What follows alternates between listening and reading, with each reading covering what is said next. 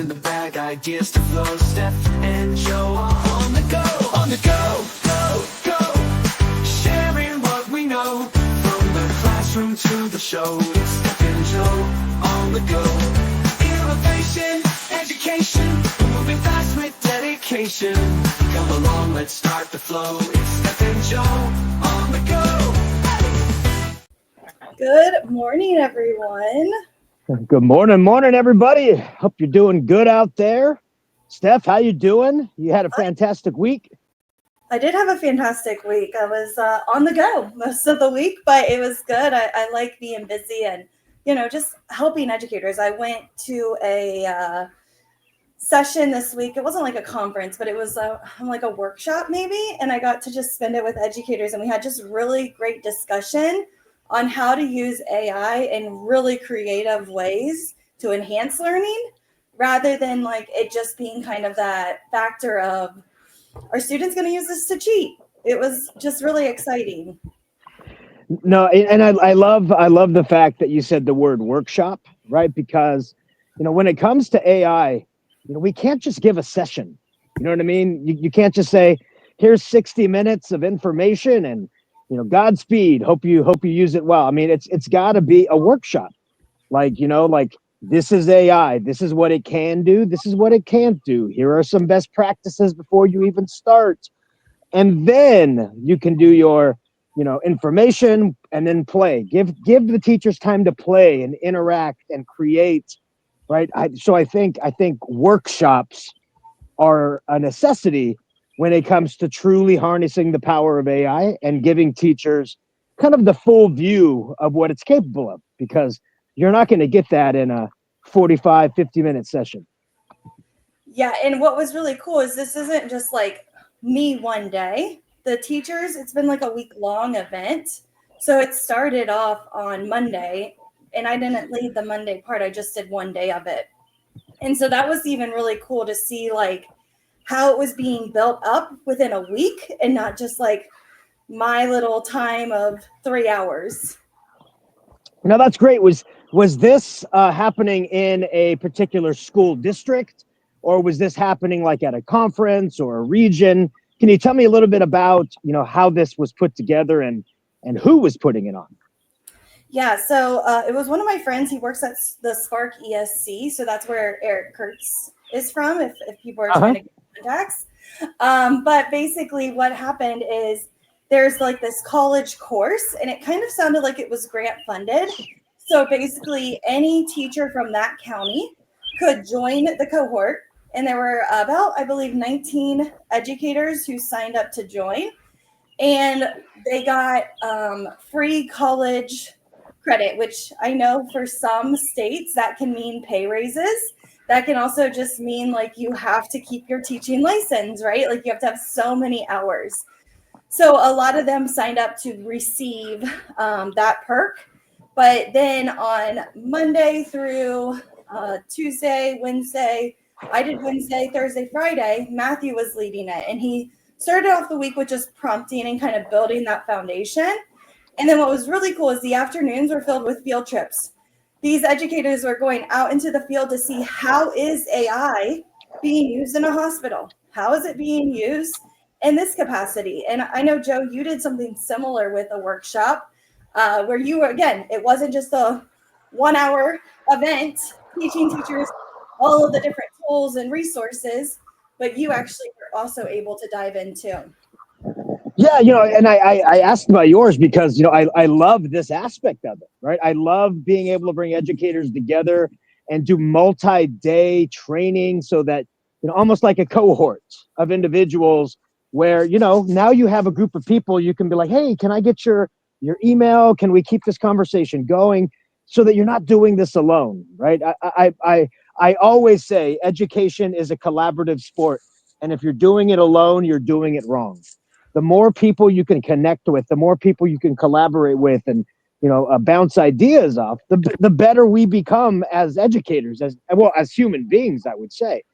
Right. So I love the fact of the way that that's put together. So, yes, here in Clovis, what I was recognizing was that there are a lot of AI meetups happening, but at like, leadership level, right? Educational leadership level. Let's talk about AI at the leadership level, and which is great, but I think we're missing out on getting the educators involved. I think it needs to happen at the same time.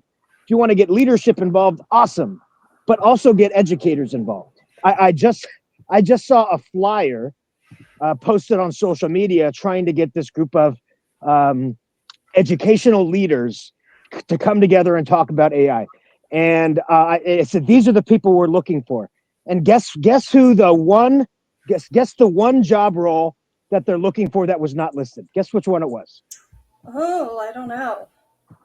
Yeah, by that voice, I think educators, teachers. They wanted principals, they wanted superintendents. I'm like, why are you not asking for teachers? And it's mind-boggling to me that anybody would want to set up a group and not include the people closest to the students who are going to be impacted by this.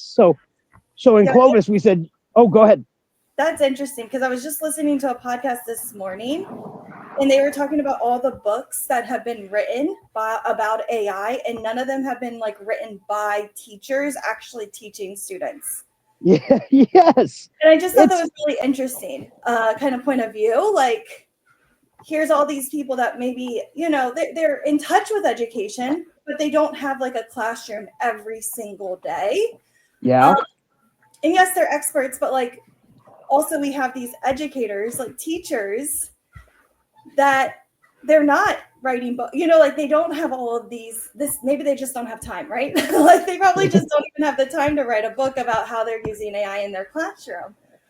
So working with this group this week it was really helpful for me to hear their ideas of how we can use AI to impact education in higher levels, rather than it just being that substitution area. No, 100%. And I'm glad you bring this up, Steph, because a lot of things that are out there right now, they're hypotheticals. They're people that are like, oh, this would be a great activity in the classroom, but they don't have a classroom to try it out in, but they publish it anyways. So practical uses come from practicing teachers, right? And so, we created here in Clovis a program called the Certified AIE cohort, which stands for, Clovis Unified Certified Artificial Intelligence Expert.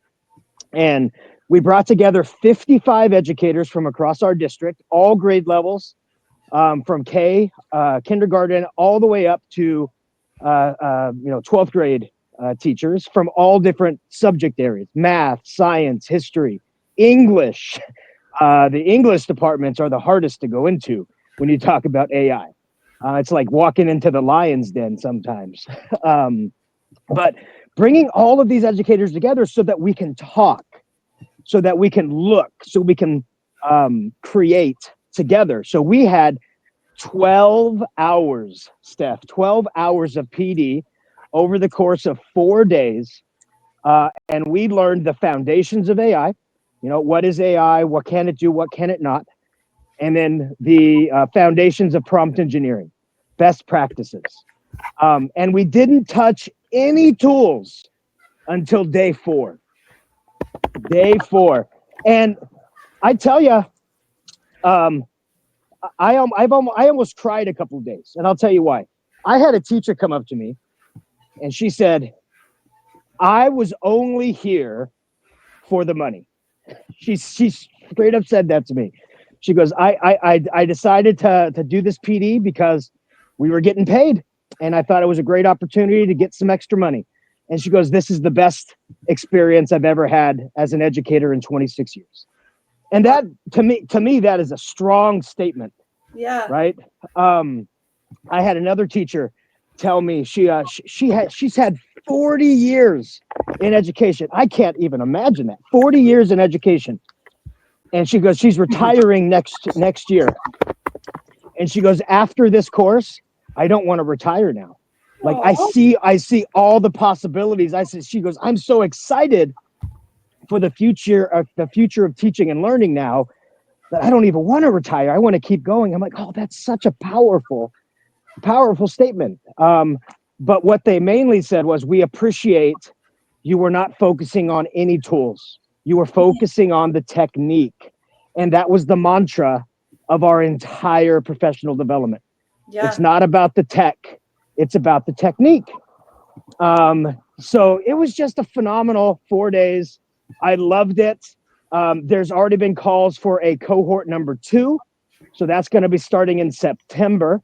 And we're already halfway filled up, and we haven't even promoted it yet. So we are just excited about the future. We're excited about the possibilities, and we're excited that the district is giving us full support to train our teachers. And the goal of this is to ensure that every single campus has an AIE that their teachers can go to and ask questions. And that was the goal of this. And I told the group, I said, our goal is not to make you AI evangelists. You're not supposed to go out there and just talk about how great AI is. Your goal is just to know what AI is and is not. You don't have to love AI to know AI. Your job is just to know the ins and outs, not to evangelize, everything AI can do. And they were excited about that. And I am just looking forward to all the possibilities. And I'm actually sad the cohort's over. I woke up every morning, we had a cohort, and excited. I was excited to be like, oh, we get to do another lesson today with this group of amazing teachers. And it's actually gotten some pretty good comments on the socials too. So maybe we can expand this AIE program across the valley. So I'm excited. I'm excited to see where we're going from here. Yeah, and I think one struggle is like, there are tools out there, right? And you're like so excited to show educators how it can be used. And I think sometimes we're skipping those foundation. What am I trying to say? Like the foundation. Yep, foundation. Yeah, foundation of AI. And it was weird because like when I started at School AI, I was like, okay, I'm gonna, learn the platform. And it was kind of like, you gotta become an expert in AI prompting. And I'm like, wait, what? Like, shouldn't I learn your platform first, and start there? And so that was kind of an eye-opening for me in my training and my onboarding, was just the focus on that strong AI background as well. And so I think that's what kind of scares me, because as schools, we sometimes don't have the time to have professional learning for staff, like 12 hours, like you're saying, or like this cohort where it was every single day, right? 40 hours a week. And I'm really worried that we're going to be like, okay, here's your 1 hour training on AI. Yeah. So how do we fix that? Or how do we be proactive about that so that we don't run into that issue? Well, I think I love that statement, because you're absolutely right. We do fall into the trap quite a bit of, this is important. Our teachers need to get this information, but we don't have the time. We don't have the funding. So can you shoehorn this into a 60 or 90-minute presentation?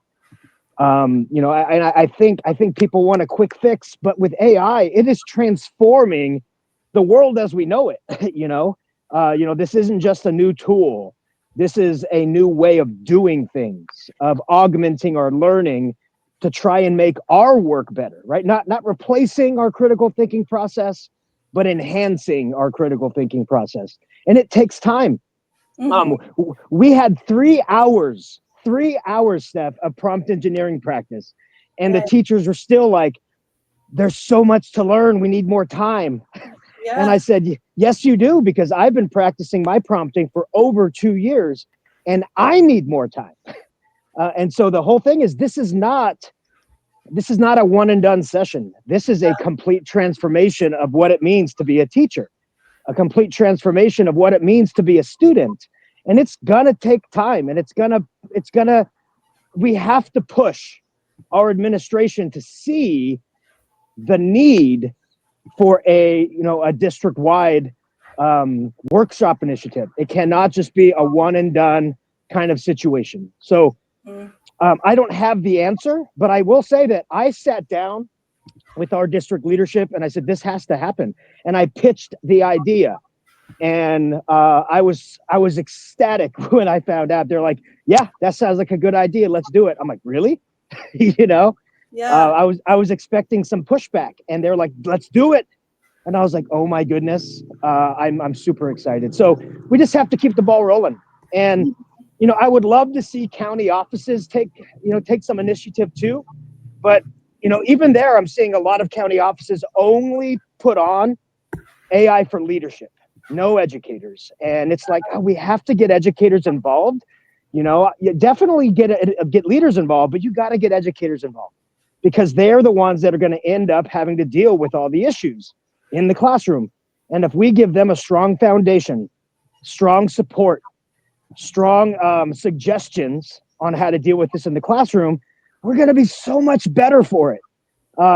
So some of us are doing it, you know, the way it should be, and others are not. I just think the more people we can connect with, the more people we can chat with, the more people we can get on board with. This is a workshop situation. This is not a one and done presentation. I think we'll be better off in the world. But you know, I think right now we're still living in the ant and the grasshopper story, right? Where you have the ants going, we got to get this going, we got to get things prepared, and then you have a lot of grasshoppers like, I'll wait until I really have to do it. It's like we can't wait. We have to do it. Winter is coming. So we got to get it going. Yeah, and I think too, it kind of started like the way that I've kind of seen it is teachers. It felt like at the start of AI, it was kind of teacher facing. But I feel like now we're starting to get ready for how are we going to put this in the hands of students and how are we going to use it to support learning, right? And I think that's a huge task that we really do need to be intentional about on how are we going to roll this out and ensure that it is impactful, because we were talking on Wednesday with how you have a video, right? You have a video and students don't even have their headphones in. Did they watch the video? They're going to say, yeah, they watched it. They hit play. They didn't listen to it, but they watched it, right? And so the same thing can happen with AI. We can have students responding to AI with, I don't know, yes, low level answers, or we can build those foundations early in the year. And then the rest of the year will just be so much better. But it's the same thing with like video. And I feel like we talked about that on Wednesday, just like how we can build these bad habits. Yes, video can be really impactful, but if students don't even have their headphones in, then it's not an impactful strategy, right? Yeah. How do we build students to be invested, have that motivation? And this isn't just an issue with AI. It's been an issue for years in classrooms. And so we really kind of also considered that kind of like, how do we help control that chaos that could take place? And how do we build students so they're motivated to use these tools when they're getting feedback, when they're trying to be like, I don't understand this topic. How do they invest their time to ask deeper questions and to take a moment to reflect and build that metacognition to say, oh, I don't get this. That's a profound statement, because we are living in a time where, students know about AI, right? I've talked to some teachers who are like, oh, we don't even want to mention it in class because then they'll know about it. I'm like, they know about it. Come on. But the thing is, if we leave them to their own devices, both figuratively and literally, they're going to be learning how to use these tools from strangers. And I wouldn't have a stranger teach my kid how to drive, right? I want somebody I know is going to teach them properly and effectively. So it's up to us as the teachers to basically be their AI driver's instructor. But if teachers aren't trained, this is the number one thing they say, like, if I'm not trained, how can I train my kids? I go, that's a valid statement. Yeah. And so kids are building bad habits using AI, and it's so difficult to undo a bad habit. It's so difficult. I mean, like Steph, I grew up in the age of Napster. Remember Napster? Remember hearing about Napster? I know I'm a little bit older than Yeah, a you. little bit. I mean, I don't exactly know what it does or did. Well, it was the original music downloading service, and people can upload their music and anybody could download it. Right? It was Yeah. a free for all. A free for all. Music was finally freed from the clutches of the big studios. Well, anyways, we would download like crazy. Oh yes, this, that. I still don't think downloading music is wrong because I built up those bad habits. Nobody was there to tell me to stop. And so if we don't get in front of this AI and teach kids how to properly use it, to effectively use it, to enhance their critical thinking process, not replace it, we're going to be in a bad spot as educators trying to defend, our teaching and learning against misuse, or I call abuse, of AI. But if we get in front of it, if we put in some great foundational practices, if we craft norms for our students, if we show them prompt engineering is a critical thinking, creative writing process, if we do all of this now, the future us's are going to be so happy we did and put in all this work. But we have to put in the work so that it doesn't take away from great teaching practices. And so when people ask me, well, what will happen if we don't do this? I go, I don't even want to think about that. Mm-hmm. I don't want to think about that. So, and the same thing with educators. If we don't properly train them and all they are focusing on what we call those microwave tools, where they have to put very little effort into creating their lesson plan or creating this or that, that starts watering down what it means to be an educator. And I've already seen posts online where people are saying teachers are just part-time employees, right? Why are we even paying educators what we're paying them? They're only part-time employees. They get the whole summer off. Who else gets the summer off? I'm like, do you understand how much these teachers work during the year? Yeah. They don't get paid overtime. They spend 12 hours a day trying to do their best, and they don't get paid overtime. So they're not part-time anything. They're full-time world builders, I would say. And so I think if we start going down the route of using AI to do all the work for us, we're going to get more and more people saying, why are we paying you at all? You're just letting AI do all this work. And so to protect our profession, we got to lay some foundations and some rules as educators on how we use these tools as well. And I think, Steph, over the last couple of weeks, you working at School AI and seeing how this goes, School AI has some tools that can be easily used, but you were surprised the foundations of prompting is the first things they ask you to do. I think that's amazing. And that's a great culture to lay upon your employees. It's about prompting first. Yeah, our tools are great, but they're nothing without prompting. And I love that from a company, putting prompting first. That's amazing, because that's how we're going to save education, is through the power of prompting. Yeah, and it's crazy because when I first started as well, they were like, make sure you put in your calendar 1 hour a week to focus on AI upscaling.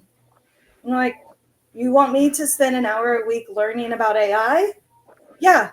And I was like, really? Like, are you like that? What? And I mean, I've used that time in like just powerful ways where some weeks I'll take like a standard and then I'll go in and just kind of work through prompting with that standard and trying to get the outputs that I want. Because I could go into AI and say, hey, I want this standard, this, landforms. I want to create a lesson on that. But what I'm learning is I need to use words like I want to use the 5 E's. I want to use station rotation. I want, I have this many ML multi-language learners in my classroom, and they need scaffolds with this. Like, I'm just learning more of how to prompt, how to use the tools because of that 1 hour a week where it's challenging me. Other weeks, I'll listen to a podcast about AI. I just finished Ken Shelton and Dee's book, reading that book and just kind of, again, focusing in and learning about how AI is being used. And I'm just like, it's crazy that 1 hour a week, how much that can make my understanding of AI just so much better. Yeah. Yeah. Practice makes perfect. Absolutely. But I think getting that message across is probably one of the most important things we can do right now. Um, there were teachers in our cohort that never even heard of prompting. Of course, they thought AI was just, oh, I put in a sentence like I would Google something and I get something out of it. I'm like, well, you get something out, but it's probably going to be, horrible, because you have to add your context. You have to add that information. Because we have to remember these tools, these AI programs, they're data sets. That's how they're programmed. All the information they have are stuff throughout history humans have written, and basically throughout history, for the majority of education, it's always teacher centered, teacher at the front of the room talking to the kids. Most of the classes are like, you see kids 5 days a week, 50 minutes at a time. So you're always going to get these generic lesson plans, the worse your prompts are. But if you can add in, I want this lesson plan to include the 5 E's. I want this lesson plan to know that I only see my kids 3 times a week. One on Monday, I see them for 50 minutes, and then Tuesday and Thursday, I see them for an hour and 40 minutes. Like, you have to be as detailed as possible. We call that context, in order for these tools to actually be meaningful. But if we are sitting here and we're prompting like we're Googling something, of course we're going to get horrible outputs. Of course we're going to get lesson plans that are quote unquote traditional, but not where we want to go as educators. We want more things to be student centered. We want more onus put on the kids. But you have to ask that out of the lesson plan, because those are new. I mean, within the last 20 years, those are new lesson plans, right? And that's not the traditional lesson plan that these AIs are going to pull out right away. You have to ask for it. And so, just watching the growth of these teachers, over the course of 4 days. And we purposefully separated out our cohort. So we did the basis of AI. What is it? How is it built? And then prompt engineering. We did that on week 1, Monday and Tuesday. And then we give them a whole week to practice. And then they came back the following week, and we talked about how do you craft norms and best practices for your classroom and your students. And then we went into the tools on day 4. And I always ended with the tools, because it's not about the tech, it's about the technique. I wanted to show them that all of these tools basically look like baby toys now, that you understand how they're built. So you understand how they're prompted. And, I showed everybody how to make a Google gem. And we were playing around and making Google gems. And then I showed them, the school AI tools. I go, these are basically Google gems. You could build these now, because they learned the technique. And I said, I'm going to show you all these other tools, but guess what? They're so easy to use now, because all you have to do is instruct them what you want them to do, because you are now great at prompting. Yeah. And so they were just like, oh my goodness. It's like getting to peek behind the curtain. It is no longer this mystical, magical thing. It's prompting. And they loved it. And they were like, we can't wait to share this with our teachers. And I'm like, I can't wait for you to share it with your teachers. It's just magical when everything is just like, I get it now. I told them it's like the end of the Matrix, where, Neo's like, oh, this is just computer code. I can use one hand to fight these guys off, because it's just computer code. And they felt that way. It was amazing. I love it. Workshop. That's what we have to be yelling from the top of our lungs when we're talking about AI. Workshop. Yeah, and I also think too, coaching, I think, is going to help as well. So once they have that foundation, going into those classrooms and modeling, supporting, working in small groups with students to model how to support the actual instruction, right? Like, teachers can have the knowledge, but now we need to support them in those classrooms. And Joe, I know last year you did a lot of fun lessons. I think one that sticks out to me is when you had your students generate an image, and they had to decide, did my prompt actually create that output that I was hoping for?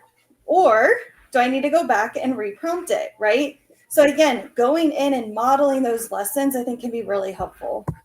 Yeah, and those are foundational skills that can be taught at the youngest of ages, right? And you don't even have to bring up the term AI. You just talk about your words have power.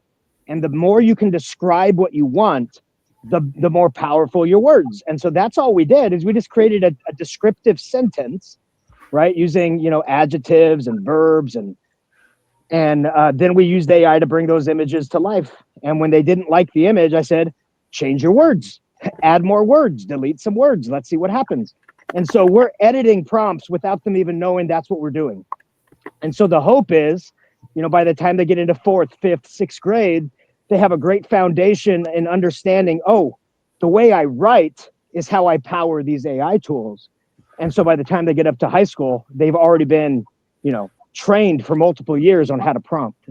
That's the goal that we have in our district. And I think that should be the goal for a lot of districts out there is, people are like, what, this isn't, I don't want AI for my youngest kids. You don't have to call it AI. It's just called descriptive writing. Mm-hmm. That can be your AI training. Super easy, super simple. But don't ever forget about school AI spaces, Steph, because Mm-hmm. let me tell you this. When I was showing my teachers Google Notebook LM and Google Gems, I was like, don't be surprised if you see some of these things get intertwined into Google Classroom in the coming years. And allowing your students to use AI with these things. And they're like, but can we see what the kids are doing? I'm like, no, at this moment, if a kid is using a gem, you don't see what they're using it with. You don't see how they're using it. I go, but that's where school AI comes in. And then I would show them school AI. They're like, this is what we've been looking for. This is the exact thing we want. This is going to make us feel comfortable allowing kids to use AI because I can see what they're doing. I go, yes, this is why I recommend these spaces, because you can craft any space through the power of prompting, but you can ensure the kids are using it the way you want through the power of the analytics that you get. And they were so stoked. And they were sitting there making spaces like they just got the secret recipe to make candy. And they were just making it and so excited. I got giddy watching these adults laugh and giggle when they're making these spaces. It was a phenomenal feeling because Yeah. they felt empowered and comfortable for the first time. They felt hopeful. They felt optimistic instead of scared. And seeing their faces on the day one and seeing their faces on day four, complete transformation. And it was a heartwarming experience for me to see when things are done in an authentic way, in a thoughtful way, change can happen. Yeah. And I was just, my heart was filled, and it's still filled. I can't wait to expand this program, across our district to get even more AIEs. And shoot, hopefully if schools see this and they want to mimic it, everything we did is replicable. Everything is completely replicable. So it's amazing. I can't wait. Yeah, that's awesome. And then we have a big conference coming up, and next week, I think, is when I start traveling to it. Do you know what that Oh conference my goodness. is? I think is it the one in San Antonio? San Yeah, Antonio, is that the one? yes. The biggest little conference in the world. Oh no, I can't wait. ISTE, I haven't been to ISTE in 6 years, before the pandemic. But ISTE is always almost like a family reunion, or maybe a high school reunion. I don't know which one, but you get to see friends and that you only chat with while doing a podcast. you get to see friends and just talk shop. And man, it's just so great. I can't wait to see all the amazing sessions put on by amazing educators, all these great ideas from around the world being brought to one single spot. It's almost like going to the best rock concert in the world with all your favorite bands, and you can't wait to listen to them all.